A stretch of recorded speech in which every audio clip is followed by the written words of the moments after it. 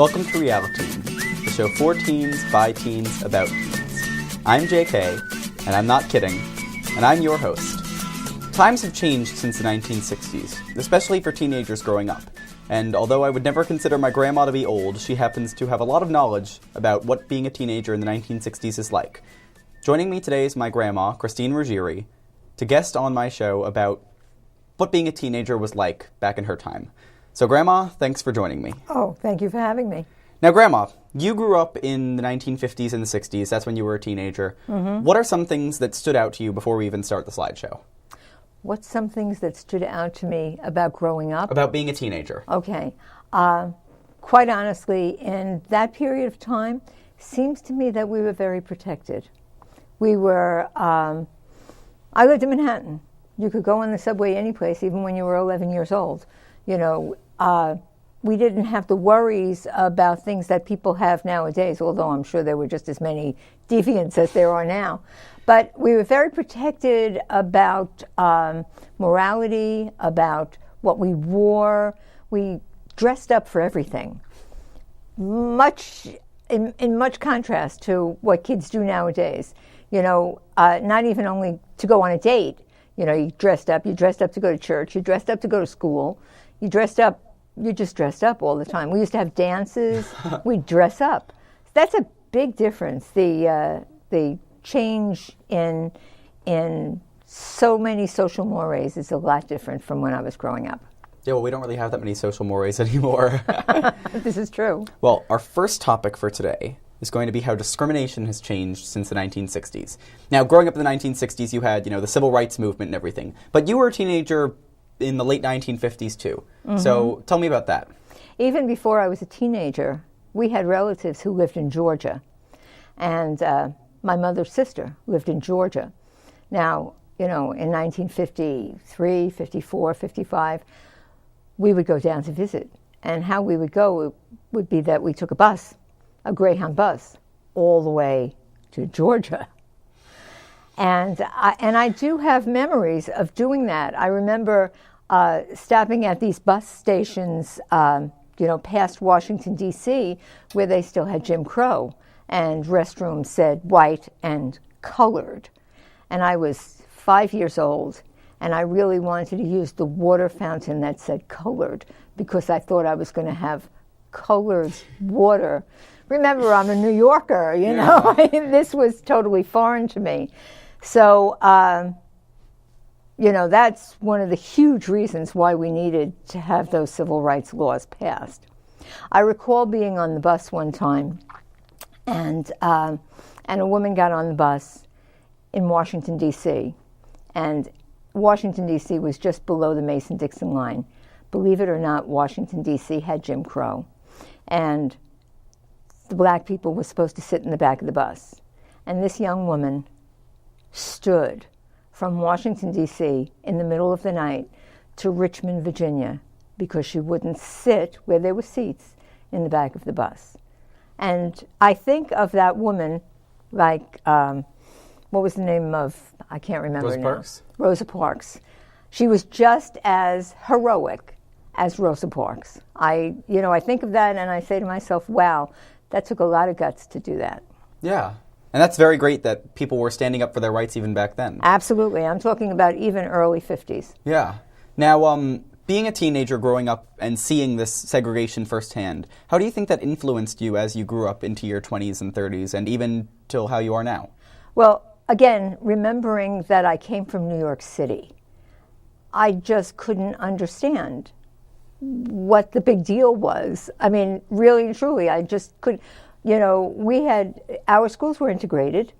I went to a Catholic school, but the school was integrated. We had, black students. Friends of mine were black students in the school. We had, people on the block. The block was integrated. I lived in Manhattan. So this was so foreign to me. The whole experience was just amazing. Yeah. And it has made a tremendous, remembering that injustice made a big, had a big effect on my thinking as I grew up. Absolutely. Yeah, well, definitely looking at nowadays and how discrimination affects people. Of course, discrimination still exists, and sadly, there's not that much that we can do to change that.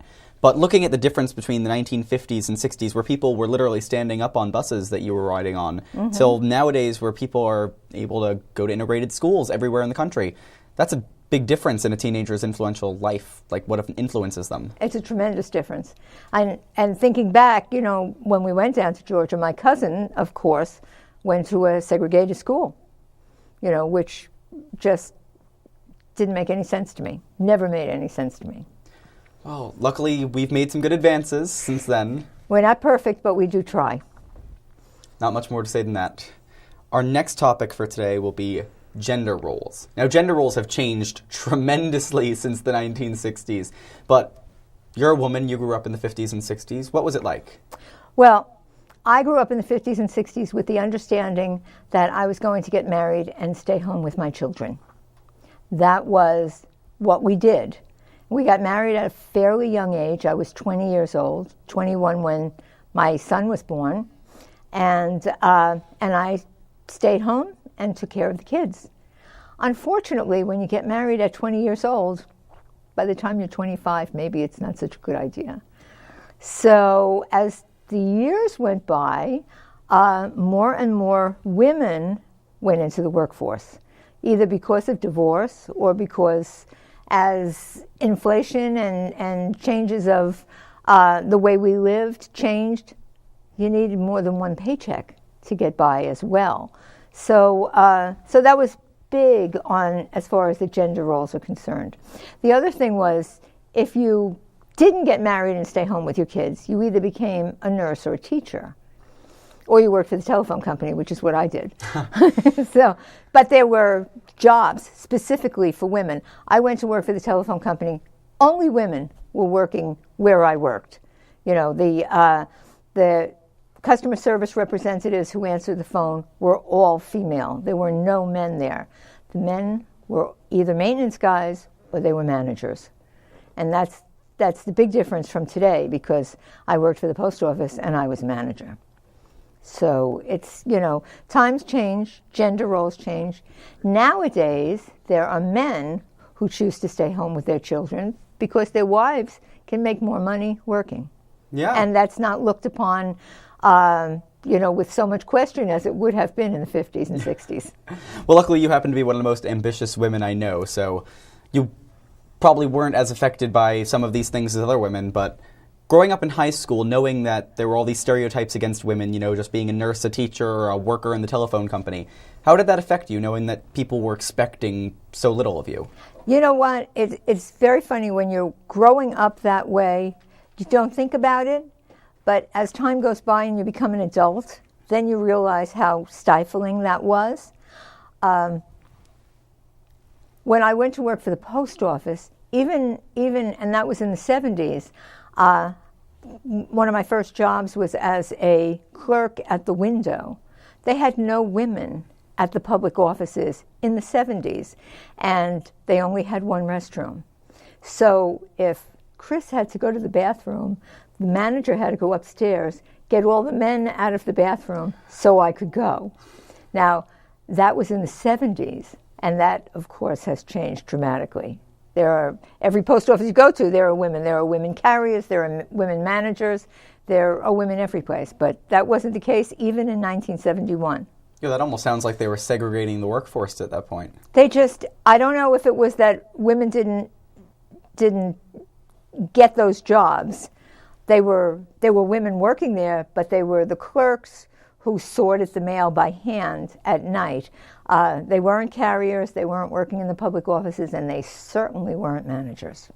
Definitely.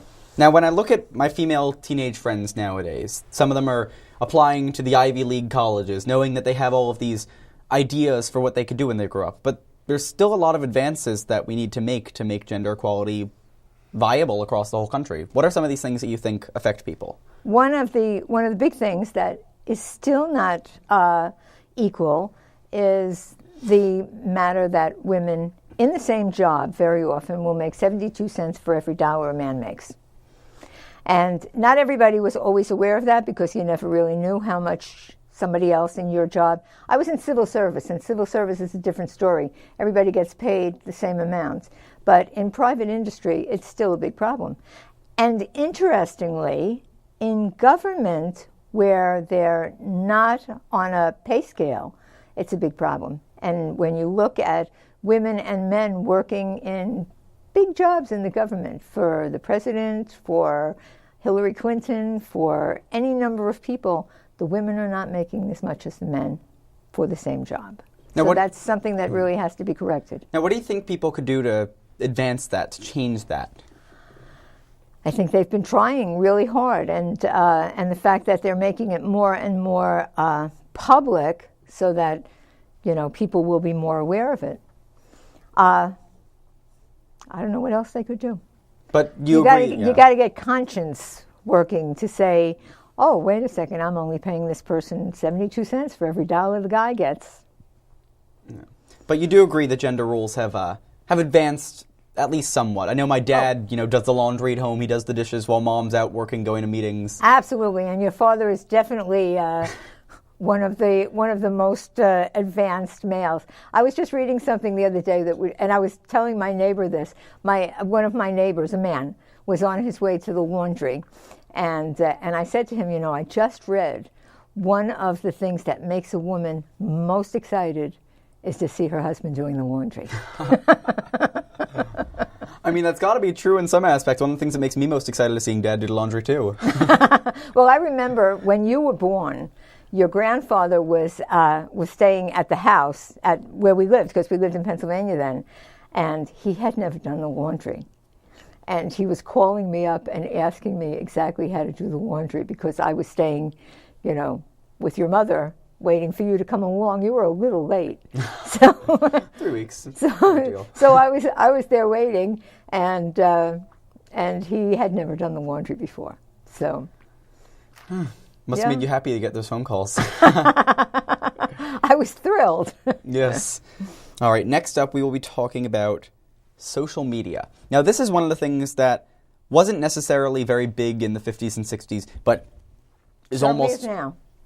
1.5 billion people on Facebook is definitely nothing to scoff at this point. Right. Now, media-wise, things that you had access to when you were a teenager were, the radio, 3 or 4 televisions on the 3 or 4 stations on the television, newspapers, but how... And the telephone, thank God. And the telephone. You had telephones. We That's did good. have telephones, yes, absolutely. I have to tell you a funny thing. We had a telephone. And we had a telephone that was really funny looking. It was like one of those really old-fashioned telephones. But we did have a telephone. My aunt, who lived in the Bronx, did not have a telephone. There was one telephone in their building. It was in the basement. So if my mother would call her sister, to chat or to say, we'll see you or what have you, she would speak to the super. And the super would go upstairs, ring the bell and say, there's somebody on the phone for you, and my aunt would have to come down to the basement to talk to her. Can you imagine? Yeah. And now we carry around little phones in our pockets. Now, looking at social media, websites like, Instagram, Facebook, Tumblr, Twitter, everything that you could name under the sun, teenagers nowadays have been using these websites for 3-4 years now. But when you were growing up, you didn't have access to these kinds of websites and everything. Do you think that if you had access to these things when you were a teenager, it would have benefited you, or do you think it would have done more harm than good? When we went to school, if you had an argument with somebody, you went home, and that person wasn't in your face for the entire night after you went home. You never heard from them until the next day. If you had an argument on a Friday, by the time you saw them on Monday, everybody forgot about it. Nowadays, and I remember this when, even when you were in school, the kids were in your face all the time. They were on FaceTime, they were on, whatever they're on, and constantly, or they're sending emails or whatever it is that they do. It just seems like nothing gets laid and then come back to it a couple of days later and everybody feels better. I don't think that happens.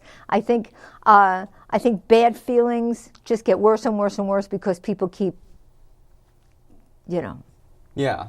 Now, I know that one of the biggest problems that we have nowadays is cyberbullying, and this is more rampant among teenagers than anyone else. People could do things like catfish other people. For those of you who don't know, catfishing is when you make a fake account on a social media website and then you are able to anonymously bully people online. So things like catfishing people and cyberbullying are huge among teenagers nowadays. How do you think that influences my generation of teenagers in particular? I think it's horrible. And it's kind of what I was just saying about, you have an argument with somebody, now they follow you home. And of course, there were always kids. I mean, I recall kids in high school. I went to an all-girls high school. But I remember, there were girls who were kind of doofy. They didn't have a lot of friends. They were unattractive, blah, blah, blah, blah, blah. Well, that's life. That's how people are. And I'm sure, they turned out to be fine. But if you didn't like somebody or, they were unattractive, you didn't tell them. Nowadays, you see these things all the time where people just constantly barrage somebody because they're not attractive or because, they think they're stupid or for whatever reason, because I got the part in the show and you didn't, so, I'm gonna bully you. I think it's horrible. I really do. I think it's better to, be a little bit the way it was without having people follow you home. Yeah, well, sometimes... It's almost like stalking. Yeah. People are stalking people on the internet. It's just, I don't think it's healthy, and I think it makes, especially kids who might have, inferiority feelings because they're not attractive or because they're not popular or because they're not what they think they should be. You don't have to be reminded of that all the time. No, most certainly. Now, another thing, part of social media is just media in general. Now, you had, 3 stations on the television, you had the newspaper. Do you think that the idea of the new era of information, where you could get anything with a simple type on Google, do you think that that benefits us, or do you think that we should go back to the time where, maybe you didn't get information as quickly, but that means that rumors and gossip weren't being spread everywhere? That we can be sitting down having a conversation, and if something comes up in the conversation, we'll all pull out our phones and ask Google what the fact is. When your mother and your uncle were young, Dick used to laugh all the time about the fact that if we were having a conversation at the dinner table and we disagreed, everybody would run for an encyclopedia.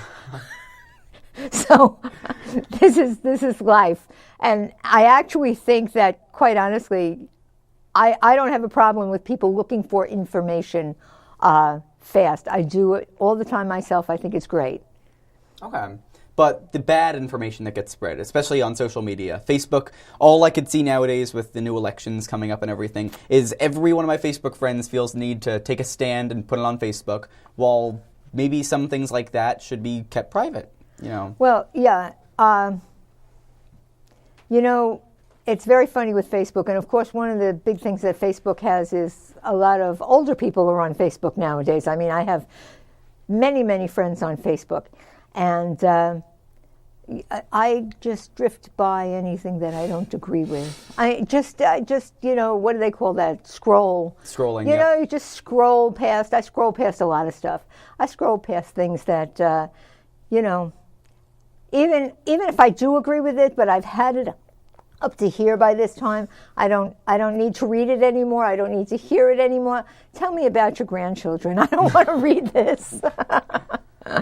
So all the gossip being spread, all the rumors, did that exist when you were younger in the newspapers, on TV? That wasn't as big of a thing, was it? I don't recall the first president the first presidential election I voted in was after Kennedy. Who ran after Kennedy? That was Lyndon B. Johnson. Okay, and, Lyndon B. Johnson was the first election that I voted in, and I think I remember the Kennedy election more because Nixon was running against him at that time, and there was a lot going on. That was the first time it was televised. The debates were televised, and they talk about that all the time because Kennedy was smart enough to put makeup on And Nixon said he didn't need makeup. He wasn't going to put makeup on because in those days, you're talking about men in the 60s, right? So when they went on television, Kennedy looked young and bright and handsome. And Nixon, because he had no makeup on, looked drawn and old. And you could see the bags under his eyes. And he had a 5 o'clock shadow. And I'll tell you what, a lot of people felt that he lost that election as soon as they looked at him in the debate. So television had a big effect even then. That's good to know. And the radio, just hearing voices, I assume television would always be bigger than that, but Well, yeah, we had, like you said, 2, 4, and 7 were our channels, and we also had 5 and 11. They played, once in a while, and 9. But they were, local channels. They played cartoons and things like that. So the big stations were always CBS, NBC, and ABC. But they had the debates, and I think that was the first presidential debate that was televised. Was the one in 60? He was elected in 1960. So yeah, that was the first debate, and that just goes to show how important those things became. Newspapers, for the most part, the feelings didn't seem to be as polarizing as they are now. I don't remember people getting so angry because they disagreed. I mean, you wouldn't even know if somebody disagreed. Now you know what everybody else is because, and of course, radio. Now you have all those talk stations on the radio. Bill O'Reilly, all that kind of stuff. Yeah. The only thing that was on the radio was music. Well, I guess that just goes to show the power that social media has on our generation. Tremendous. Absolutely tremendous. Yeah. And now our final topic for the day, and possibly the most fun one to talk about, sexuality. Yes, the sexual revolution, which took place in the 60s. And you were a teenager in the 60s. Well, I was married in 1963. I had a baby in 1964. So I missed the sexual revolution. Darn. Yes. And I said, really? The hippie culture that came out in the 60s. That's why I said to you, I'm not a baby boomer. I'm a little bit before the baby boomer. So we were a little bit more like the 40s and 30s people. Yeah. Dancing and everything was different. When we went to high school dances, there was always the priest who tapped you on the shoulder and said, you had to leave room for the Jesus. Holy Ghost. So the sexual revolution was like a big, yeah. Now, what's interesting, though, is you're saying you were more like the people of the 30s and 40s because you were a little bit before the baby boom. Yes. So you didn't really experience the sexual revolution. But nowadays, growing up in the time that we grow up in, I see sex everywhere. It's in commercials. It's on TV. You can't have a conversation without mentioning it. Absolutely right. So when you were growing up, that Sex wasn't sells. as big of a thing when you were a teenager, right? I remember commercials on television. I don't remember, the only time I remember really, sexy people was when they used to have ads for cigarettes. Cigarettes always had, a macho guy, the Marlboro Man, riding on his horse, or, an attractive, woman smoking, because, they smoked in the movies. It was like a status symbol almost. But no, I don't remember the kinds of, and of course they never advertised the stuff that they advertise now either. Yeah. Holy cow. I mean, you get embarrassed with what they're advertising. Well, if you look at what's going on at the Super Bowl, the costumes that people are wearing nowadays, these women are basically wearing bikinis in front of millions and millions of people. Yeah, the sexual revolution was, and I read about it. I missed it, and I read about it. Reading about it's safer, Prior to that, and that's what I meant when I said, I have a feeling that we were safer. I have a feeling that it was maybe easier to be a kid in those days because you would never be pressured to do things that you didn't, not never, but really that kind of pressure to do things that, you really shouldn't it didn't take place. I mean, everybody, at least the people that I hung around with, there were, like I said, you got to leave room for the Holy Ghost. And I think it was much easier to be a kid in those days when it comes to sexuality. Yeah, well, especially going back to topics like social media. Sexuality is portrayed everywhere. Commercials nowadays barely have any clothing in them. Pornography is on every single web address at this point. And kids put pictures of themselves on social media, which is really not safe. I mean, pictures of themselves. I don't mean... yeah. I mean, pictures. I've got a couple Instagram accounts I know. I've seen the pictures, and it's not very flattering. The scary thing about doing that is now you're going to college next year. College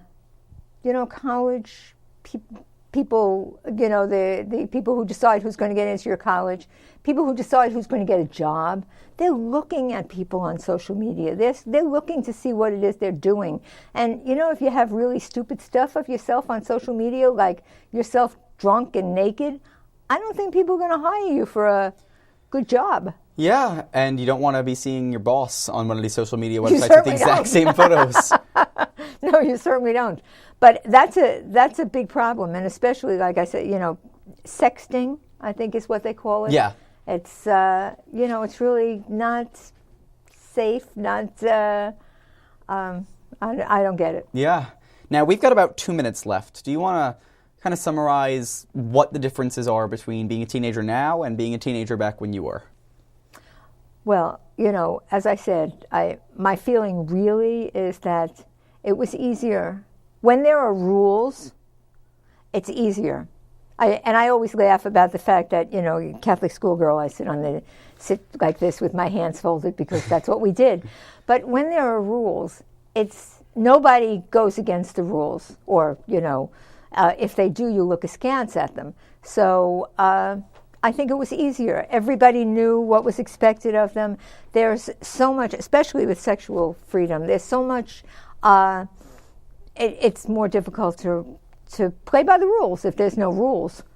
Rules do help a lot. Absolutely, yes. Yeah, well, going to Catholic school, you know that. I know that. Hopefully much of our audience knows that. We've discussed a lot today.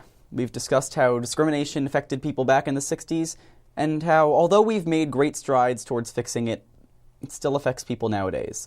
We've discussed how the sexual revolution has almost changed society, made it less safe, because it got rid of many of the rules that we used to follow. We discussed how social media has affected teenagers and children for generations to come, and how without it, sometimes we might be better off. Grandma, thanks for being on today. Oh, thank you so much. This has been Reality. Thanks for watching.